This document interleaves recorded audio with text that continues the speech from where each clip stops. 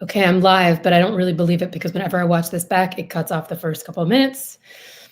Well, there's a minute I can edit already. Hello, you guys. Over here on Instagram at the Tarot Philosopher, over here on Facebook and YouTube at Clear Tarot NYC. My name is Rebecca. This is my weekly live stream hang where I talk to you guys about tarot as I see it, as I do it, and I do a free weekly mini read for anyone who wants. Today, I am reading for someone named Whitney who contacted me last week and asked to be on the show. If you guys have questions about your life, if you're watching later, hello.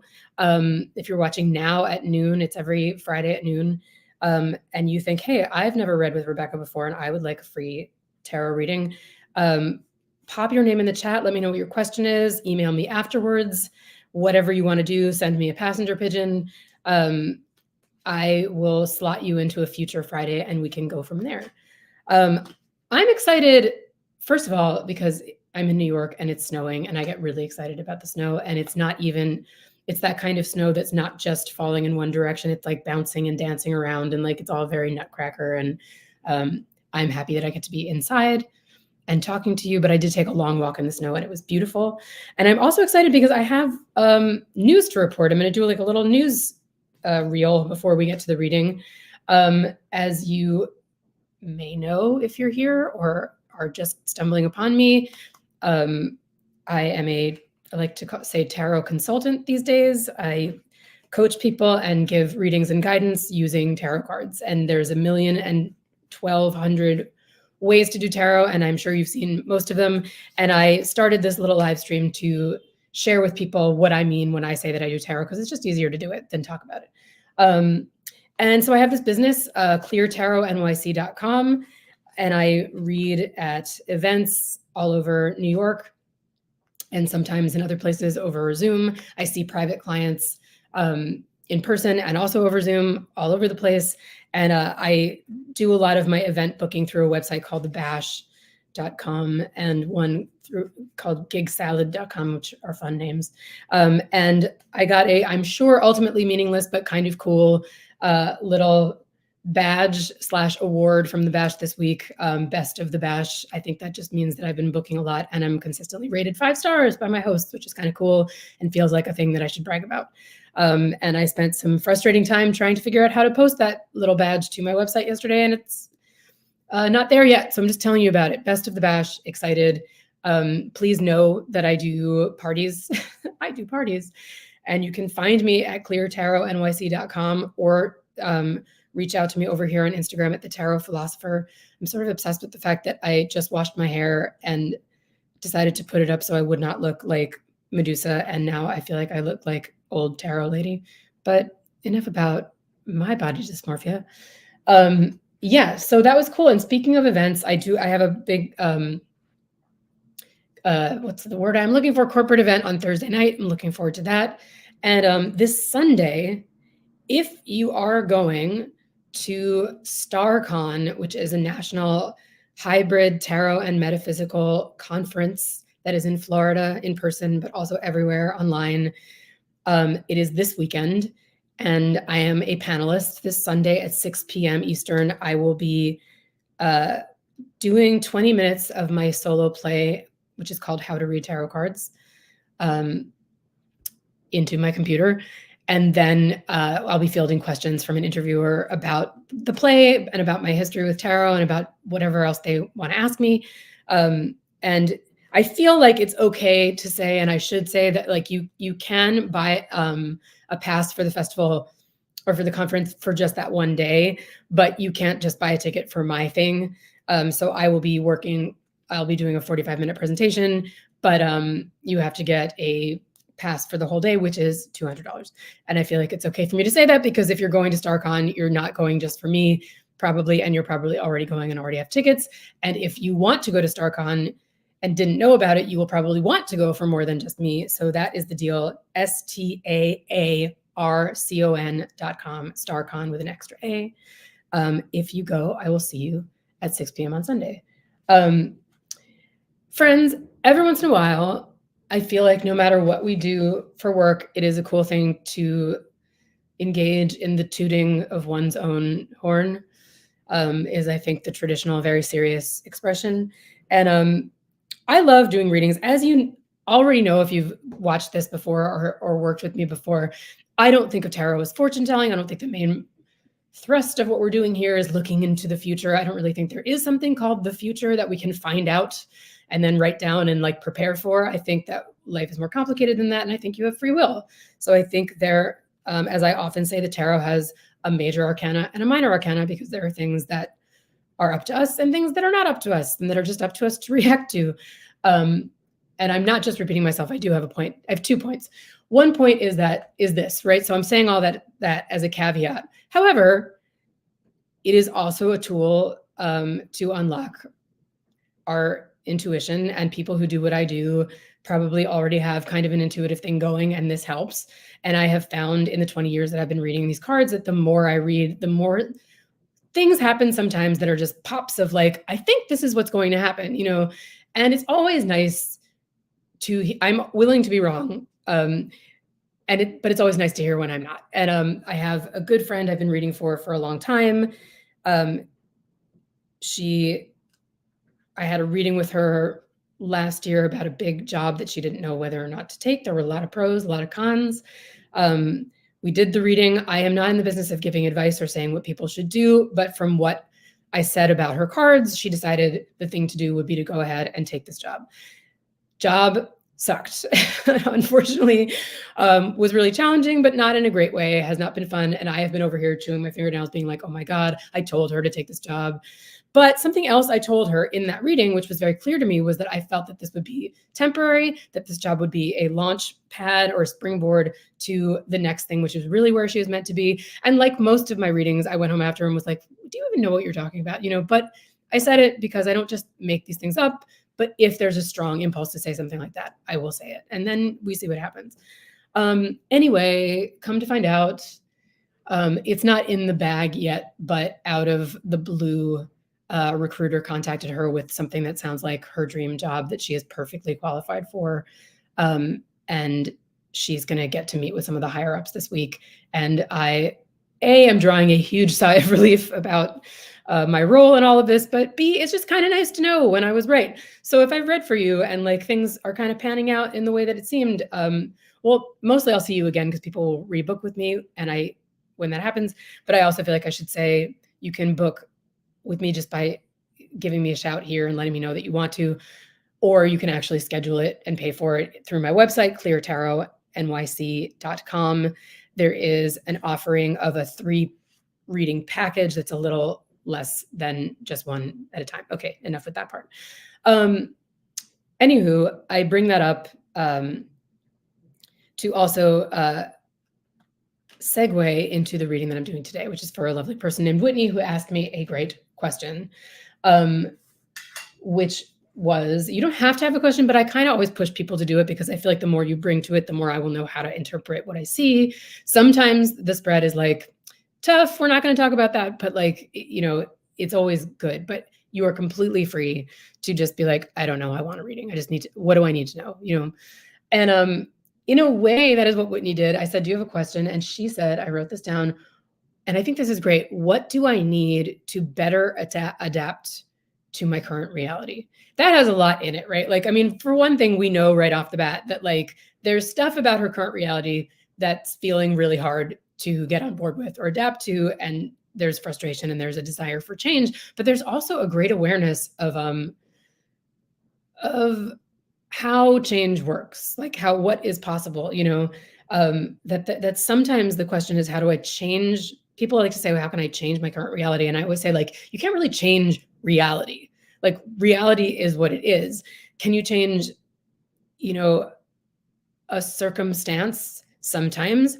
Can you change, if you can't change the circumstance, can you change how you relate to it or decisions that you're making about it?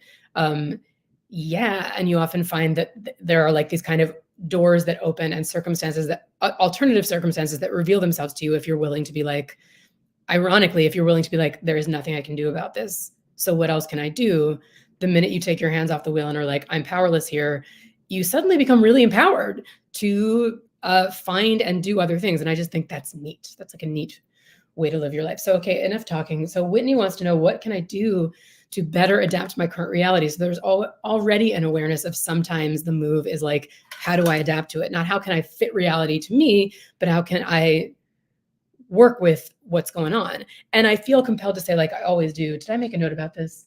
Yeah, I feel like I want to say that shows an awareness of how important acceptance is, but I also want to back it up immediately with how in our culture anyway, we often hear acceptance as like, oh, well, everything sucks and I have to accept that. And in other words, give into it and it's settle for it. And it's the way things are always going to be. And, oh my gosh, you guys, I really have bad handwriting. I have no idea what I wrote. I think I wrote, yeah, okay, if I can't change it, what do I like about it? Is there anything I like about it? Is there anything I don't like about it? And then we start making plans around that. So, I will share with you a secret, which is that every single time I read for someone, I think I get really nervous and I'm like, this is going to be the time where I can't ever do it again.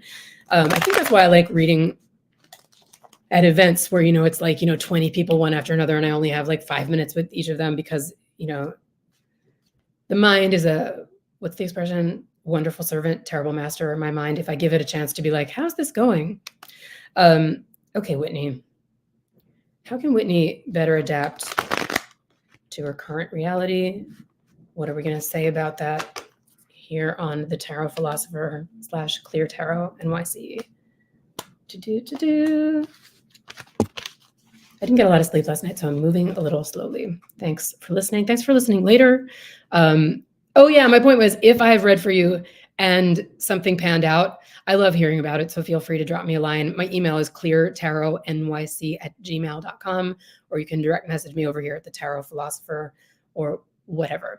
And if what I said didn't pan out, then feel free to not contact me or tell me at all. No, I mean, you can. We can move forward from there. Anyway, Whitney. Yeah. Okay. Well, first of all, I was like, I bet we're going to see some major cards because, for one thing, just the law of averages says we're probably going to see some major cards when we shuffle and put them out. But also, what can I do to better adapt to my current reality? It suggests that there is a very powerful reality and a sense of having to kind of figure out a way to fit oneself around it, right? And when the first card I see is Judgment, I get very excited. For one thing, I want to say two things. I want to say, okay, strap in, because you're not in control of what's going on, what's happening to you. And the other thing is that it's great because there's like whatever aspect of you or your life that has been sleeping or in a timeout or stuck or whatever is getting this call, right? I mean, these are often very Christian images, but this like Angel Gabriel type figure is like, wake up, and is calling forth something that has been dormant, right? And that's not always not scary. It's often like, oh my God, I'm being called to do something that I don't know if I can handle. I just was hearing Martha Beck this morning on her podcast saying something about, when you're coming out of the like really murky, confusing part of a cycle of change, the next thing that happens is that if you listen for the voice of whatever it is, the universe, source, whatever you want to call it, it will usually call you to do something that you aren't sure that you can do. So I think that's a little bit of what's going on, but I'm going to try to like put the rest of this out and stop running my mouth. Yeah. I mean, the great thing is that big reserves of strength are called for right now. Like you're really like having this kind of, rebirth, renewal, like everything is cracking open. You're seeing the world with fresh eyes. It's exciting. It's the beginning of a cycle, and what is called for and what it's bringing out in you is this great reserve of inner strength. The tarot always has this image for strength because it wants to remind us that strength comes from within. It's always like a lady, human lady holding down the jaws of a lion and taming it, which is probably not always possible, but the point is that it's what comes from within. So I feel like there are just very strong reserves of strength and tenderness coming up from you right now. There's a lot of insecurity. So I feel like the tarot is also saying like, let's try to stay loose, because I feel like it's going to feel like a loss before it feels like a gain. This guy, when he comes up, is like, I'm holding on very tightly to the money, to the success, to the identity I have and what I've done so far. And I'm very afraid that I'm not going to be able to get more. And so I'm afraid to spend or invest when actually that would serve me more. Sometimes you have to like lose a little bit in the beginning of something to gain more at the end. So I feel like there's just a little, it's very human that when we're in this upheaval, we're going to like clamp down on what we've got and be like, nobody come and take my stuff. And it's old, long past in your childhood, or like there was definitely a point in your past where like there has been a lot of like tap dancing and juggling and like walking the tightrope financially, I think particularly, and kind of making things work. Like you are like an expert at making things work. Like, and I always say when I look at the Two of Pentacles, I'm like, well, this guy is amazing. What he can do is juggle while standing on a tightrope. Is that sustainable or even desirable? And that's like, I think maybe in the past it was like kind of amazing to be like, wow, I can make shit work. I can get by, I can take two nickels and turn them into like $1, always worth noticing that this infinity symbol is also what comes up in strength. So it's that time period that gave you your strength, right? It also comes up in the Magician card. It's what gives you your power, your know-how, and what's fun about you too, I think. I just think you're moving into somewhere new. I think you're getting older, like a little bit. So there's also a sense of like, yeah, but what about security? And let me look at the rest of this. Yeah, my friend, I want you to make sure you're being very kind to yourself and really examining each of your decisions right now for motivation, right? Because I'm seeing this guy, and because I'm seeing, now don't freak out, this is every tarot reader in the world with two particular tarot cards, because I'm seeing this guy. So the devil in the tarot is coming up for you in you as you are right now. And that does not mean what it sounds like. It does not mean like you are a demon, congratulations. But it does mean that right now, I think there's some opposing forces, right? There's like these amazing forces of growth and change. And there's these amazing forces within you of like, why don't you sabotage it all? And take a step backwards and, whatever your favorite thing to do is that screws things up for yourself, whatever your ism is, your addiction, your like bad habit is very alive right now. And it is making you see the world as a little more scary than it actually is, seeing your options as a little fewer than they actually are. It's the opposite of rose-colored glasses. It's sort of like shit-colored glasses, And I just want you to know this is like part of being a human. Like we all have the thing within us that's like able to ruin everything at a moment's notice, that like that thinks it's protecting ourselves, that thinks it's taking care of us. So I'm just saying when this comes up really prominently like this, I just want to be like, ooh, let's take care of ourselves. Like, are you eating? Are you seeing the doctor? Are you like sleeping? Are you hanging out with people who bring out the best in you? Not this. This is grasping. This is what like leads to stuff like this. And the stuff like this is I'm turning down opportunities because I'm too scared. I'm saying no to something that seems risky, even if it would be really good for me to do it. And I'm not believing in myself. So I think thing one is really like getting to the bottom of whatever this like negative sludge is and trying on something different. If you need help, find someone to help you do this. Just find a way to change your mindset. Again, we're noticing that this is a major card. This is not a moral failing or something you are doing on purpose. It is a force that is happening to you, and it's going to create more strength going forward. But I'm just going to flag it and say that that's what's going on. And you have to ask for help because your effect on other people is like, you're often the peacemaker. You're the person people come to for advice. You're very emotionally available. It's very easy to be like, she's fine, and the King of Cups is great. You're a wonderful friend, like you seem to be on top of it. You don't want to bother people, meanwhile, this is what's going on inside. So I think you sometimes have to like wave a flag and be like, hey, even if it's like calling a friend and being like, can I just talk to you? Like, I don't need answers. I just need to like talk. Let's see, before I close this out, I feel like the final card, speaking of friendship, is this beautiful friendship card with a new relationship starting or an old relationship kind of turning over a new leaf. It's not romantic, but it could be very collaborative and very friendly. If it is romantic, it has a kind of brotherly, sisterly feeling about it. Nothing wrong with that. And the Six of Cups is, it just makes me smile. It's like two kids giving each other flowers. Like, it's very simple. It's like, I always think about little kids and the way they make friends. They go up to somebody and they're like, want to play? And the other person's like, yeah, sure. And they figure out what to do. There's no like, should I ask her? Like, what will she think about me? So I'm heartened by this spread because we're going from this to this. And this is hiding from the world, not asking for help, letting your problems stew and become worse than they actually are, and having like shit colored glasses on. And this is reaching out for help, finding a friend, being vulnerable and honest, and playing with them. So I feel like let's remember a spirit of play, make sure you're having fun, and make sure you're taking care of yourself. So you guys, these are mini readings. That is why I'm talking like 100 miles a minute. I love doing this weekly series for you. If you enjoy it, please reach out and let me know. If you want to book a full-length reading with me, they're like this, just a little slower, and we can have a dialogue. Just give me a shout or find me at cleartarotnyc.com. You can book me for events just by asking, or through thebash.com or gigsalad.com. And if you want to be the free reading on this weekly, if I haven't read for you before, please drop me a note with a question. That is how Whitney found me, and I will book you for either next Friday or the Friday after, depending.